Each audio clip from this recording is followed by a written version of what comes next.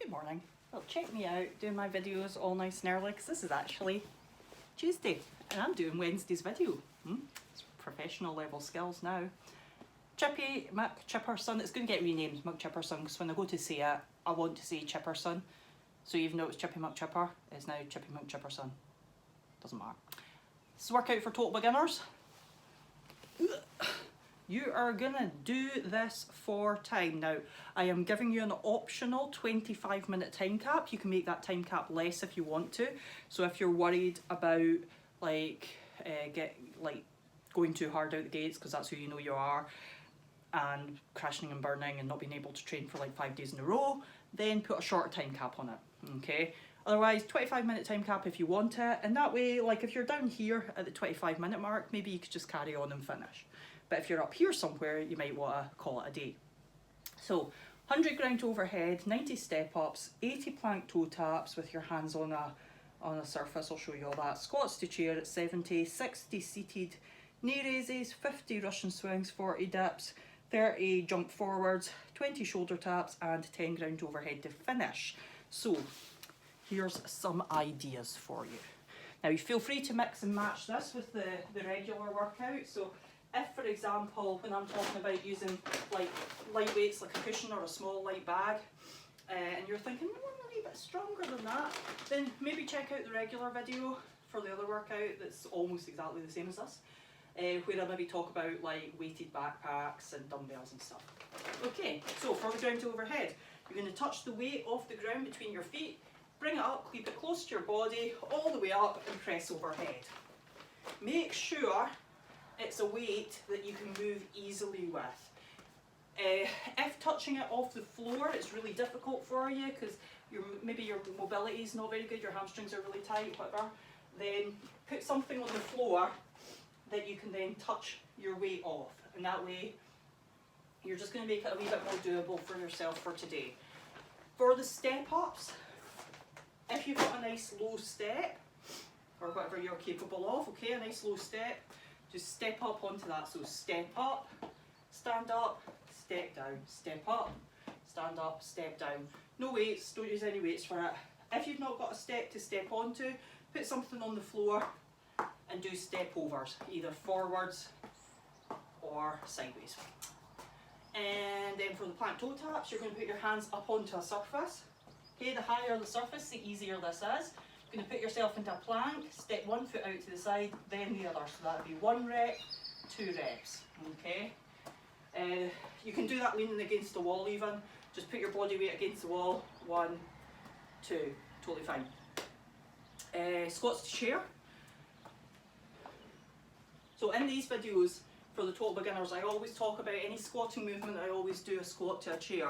If you want to see what the other options are for squatting, then take a look at the other video. Okay, so especially if you've been doing this for a while now, you're maybe getting a bit better with your squat and a bit more confident, a bit more comfortable. Sit up nice and tall, keep your knees away from each other, keep your feet facing forwards. You want to avoid any coming in of your knees as you stand up and again as you go to sit back down as well, okay? If you wanted to do that in the regular workout, it's a wall ball or a thruster, which is a squat with an overhead movement, then feel free to use a bottle or something, stand, press, after all those ground ahead, so you've maybe had enough of the overhead. So seated knee raises, so you get to stay sitting. Seated knee raises, just lean back slightly, and you're just going to do opposite knees, so it'll be 1, 2, 3, 4, and so on. The Russian swings, so back to your cushion or your little bag. Make sure your feet stay flat on the floor. You can push your hips back behind your heels. Keep your back nice and flat, okay? So from here to here, stays in a straight line. So you lean over and you stand up. That's for the Russian swings. Then for the dips. Now for the dips, the higher the surface that you use, the easier it's going to be. But you do still need to be able to bend your arms, okay? So A nice one if you're doing these in the garage, for example, is like a chest freezer in the garage, worktop in the kitchen, maybe kitchen table, something like that. Just going to put your hands on the edge of your surface. Okay, hands on the edge. So don't put your hands turned out to the side like a duck. Okay, it's duck feet, not duck hands. Ducks are well known for having their hands turned out to the side. Yeah. So just support your body weight on your straight arms, bend at your elbows, and you can use your legs as much as you need to come back up to straight arms again.